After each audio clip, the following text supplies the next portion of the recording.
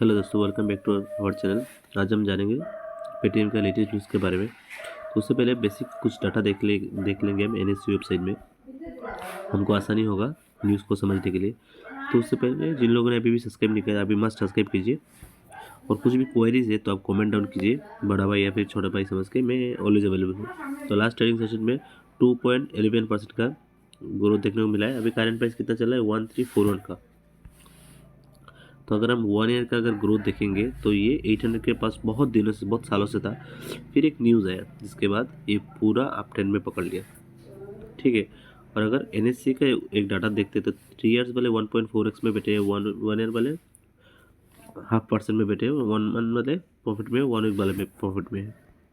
अगर trading information की बात करें, ट्रेडिंग वॉल्यूम 24.66 है। ट्रेडिंग वैल्यू कितना है?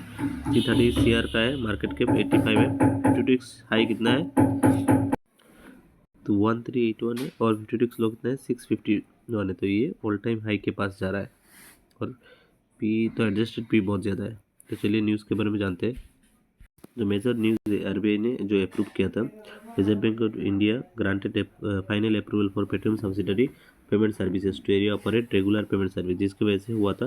अप्रूवल डायरेक्टली सपोर्ट ग्रोथ इस payment ecosystem, major revenue driver. Second जो था, strategic partnership and broker updates, Goldman सैक्स ने इसको बाई के कैटेगरी में डाला था, जिसकी वजह से हुआ था।